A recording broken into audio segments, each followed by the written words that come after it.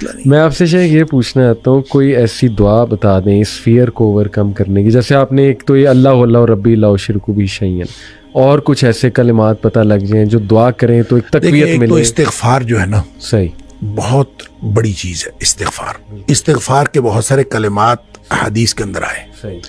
ایک ہے استغفار رب اغفر لی وتب علی انک انت التواب الغفور، بہت شاندار استغفار ہے. قرآن مجید میں نہیں، یہ حدیث میں رب اغفر لی وتب علی انک انت التواب الغفور. ایک استغفر اللہ الذی لا الہ الا هو الحی القیوم واتوب الیہ، بالکل صحیح. یہ والا جو ہے نا، استغفر اللہ الذی لا الہ الا هو الحی القیوم واتوب الیہ، اندازہ کیجئے کہ حدیث میں، قرآن میں آتا ہے کہ جو شخص میدان جنگ سے فرار ہو نا، اس پر اللہ کا غضب نازل ہوتا ہے. صحیح. یعنی میدان جنگ سے، میدان جہاد سے جو شخص فرار ہو، اس پر اللہ کا غضب نازل ہو. اس قدر اس نے بڑا جرم کیا. نبی کریم صلی اللہ علیہ وسلم فرماتے ہیں کہ جو شخص سوچ سمجھ کر 3 دفعہ یہ پڑھ لے، استغفر اللہ الذی لا الہ الا هو الحی القیوم واتوب الیہ، 3 دفعہ سوچ سمجھ کے پڑھ لے، نبی پاک صلی اللہ علیہ وسلم نے فرمایا اللہ تعالیٰ اس کے سارے گناہ معاف کر دیتا ہے، چاہے وہ میدان جہاد سے فرار ہوا ہو. اللہ، اب اندازہ کریں پیچھے بات کیا رہے گی. اللہ، یعنی اتنا بڑا اگر گناہ اس سے سرزد ہوا ہے اور وہ اللہ سے معافی مانگتا ہے، استغفر اللہ الذی لا الہ الا هو الحی القیوم، 3 دفعہ یہ کہتا ہے تو اللہ تعالیٰ اس کے سارے گناہ معاف کر دیتا. پھر حدیث میں آتا ہے کہ سبحان اللہ و بحمدہ، جو شخص یہ 100 دفعہ پڑھتا ہے سبحان اللہ و بحمدہ، بس اتنا، اور اللہ تعالیٰ اس کے گناہ معاف کر دیتا ہے، چاہے سمندر کی جھاگ کے برابر ہو. یعنی جتنے بھی گناہ ہیں اللہ تعالیٰ معاف کر دیتا ہے. تو یہ اسی طرح جو اللہم اجرنی من النار ہے، یہ 7 دفعہ اگر کوئی شخص صبح کے وقت پڑھ لے، 7 دفعہ شام کے وقت پڑھ لے، اگر اس دن میں اور اس رات میں اس کی موت آ جائے اللہ تعالیٰ جنت عطا فرما دے گا. پھر سید الاستغفار ہے، یہ تو میں سمجھتا ہوں شارٹ کٹس ہیں. تو سید الاستغفار 1 دفعہ پڑھ لے، اللہم انت ربی لا الہ الا انت خلقتنی وانا عبدک وانا، تو یہ 7 دفعہ، یہ 1 دفعہ پڑھ لے. دن کے کسی ایک حصے میں پڑھ لے، اس دن فوت ہو گیا تو انشاءاللہ جنت میں چلا جائے گا. رات کے کسی ایک حصے میں 1 دفعہ پڑھ لے تو اس رات فوت ہو گیا تو جنت میں چلا جائے گا. تو گویا صبح شام کے یہ اذکار میں یہ تو شارٹ کٹس ہیں کہ اگر انسان یہ پڑھ لے تو انشاءاللہ وہ جنت میں جائے گا. باقی جو انسان کو یہ خیالات آتے ہیں نا، سائیکولوجیکلی انسان کو ریگریٹ ختم نہیں ہوتا، یا گلٹ ختم نہیں ہوتا، یا آپ کہہ لیجئے کہ اس کے وسوسے ختم نہیں ہوتے، تو اس کے لیے ایک علاج نبی کریم صلی اللہ علیہ وسلم نے بتایا، وہ ہے لا حول ولا قوت الا باللہ. بس اتنا. صحیح. اور اس کو اگر 100 دفعہ کوئی شخص پڑھ لے، لا حول ولا قوت الا باللہ. صحیح. لیکن پڑھنا کیسے ہے؟ پڑھنا اس طرح نہیں ہے کہ آپ بس پڑھتے جائیں. یہ ہے کیا لا حول ولا قوت الا باللہ؟ اصل میں کیا ہے؟ حول کا معنی بھی قوت ہے اور قوت کا معنی بھی قوت ہے. لا حول ولا قوت، یوں کہہ لیجئے نہ کوئی اجتماعی طاقت، نہ کوئی انفرادی طاقت، الا باللہ، سوائے اللہ کے. یا نہ گناہ چھوڑنے کی طاقت، نہ نیکی کرنے کی طاقت، الا باللہ. یعنی یا تو ایک کو پازیٹیو بنا لے، ایک کو نیگیٹو بنا لے، یا ایک کو اجتماعی یا ایک کو انفرادی. اب اللہ کے سامنے اس کو اپنا مسئلہ سمجھ کے نا، اپنا جو بھی مسئلہ ہے وہ سوچے، اور سوچ کے اپنے اللہ کے سپرد کر دے. یا اللہ میری تو کوئی طاقت نہیں، نہ انفرادی نہ اجتماعی، الا باللہ. ہاں تو عطا فرمائے طاقت تو ہو سکتی ہے. یوں میں اس کو کہتا ہوں یہ بے بسی کا کلمہ ہے. بے بس آدمی اپنے اللہ کے سامنے بے بسی کا اظہار کرے اس کلمے کے ذریعے. صحیح. تو پھر یہ نبی پاک صلی اللہ علیہ وسلم نے فرمایا، جس شخص نے کہا تھا نا مجھے وسوسے آتے ہیں، آپ نے فرمایا لا حول ولا قوت الا باللہ پڑھا کر، تیرے وسوسے بھی ختم ہو جائیں گے، اور اس کے علاوہ اللہ تعالیٰ تیرے 100 مسئلے حل کر دے گا. آپ اندازہ کریں ایک شخص کے 100 مسئلے ہوتے نہیں ہیں. 2 نہیں تو 4، 4 نہیں تو 6، 6 نہیں تو 8. اس سے زیادہ مسئلے تو کسی کے ہوتے نہیں. تو لا حول ولا قوت الا باللہ پڑھنے سے وسوسے بھی دور ہو جاتے ہیں.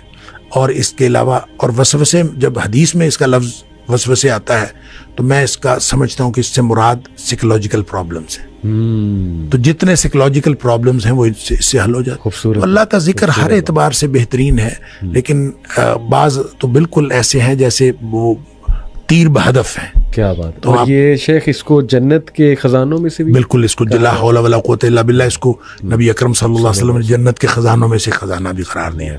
اور جس کو جنت کا خزانہ مل جائے اس کو اور کیا چاہیے. آپ کو شاید میں نے یہ واقعہ پہلے سنایا ہو. جی.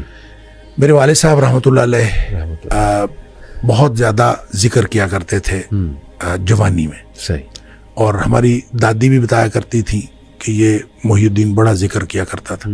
تو اس کے مختلف وہ جنگل میں چلے جاتے تھے بعض اوقات اپنا ان کا تو طریقہ کار تھا. والد صاحب نے خود مجھے یہ واقعہ بتایا.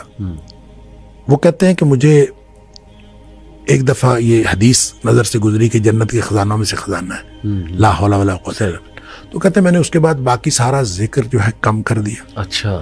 تو سب سے زیادہ اسی کو پڑھا لا حول ولا قوت.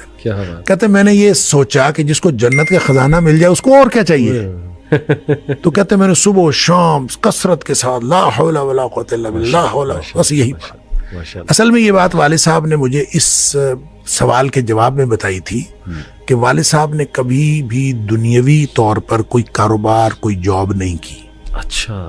نہ کوئی کاروبار کیا صحیح نہ کوئی جاب کی. صحیح صحیح. 16 بہن بھائی ہم تھے جن کو پالا انہوں نے.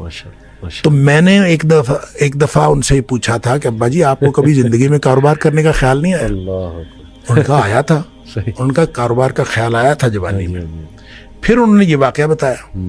ان کا جب یہ میں لا حول ولا قوت الا باللہ بہت زیادہ پڑھتا اس سے پہلے کہتے ہیں میں سوچا کرتا تھا کہ میں کوئی کاروبار کر لوں. تجارت کہتے ہیں مجھے بہت پسند تھی. اس لیے بھی پسند تھی کہ نبی پاک صلی اللہ علیہ وسلم کو تجارت پسند تھی اور اس لیے بھی کہ نبی پاک صلی اللہ علیہ وسلم فرمایا اس میں بہت زیادہ برکت ہے.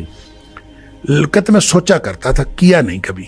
تو جب لا حول ولا قوت الا باللہ میں نے بہت زیادہ پڑھا تو کہتے ایک دفعہ خواب میں مجھے اللہ تعالیٰ نے دکھایا کہ میرا یوں کر کے دھڑ جو ہے وہ آدھا کر دیا گیا. اچھا.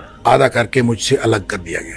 اچھا. اور میرا آدھا دھڑ الگ ہو گیا لیکن میں باقی کا پھر بھی مکمل ہوں.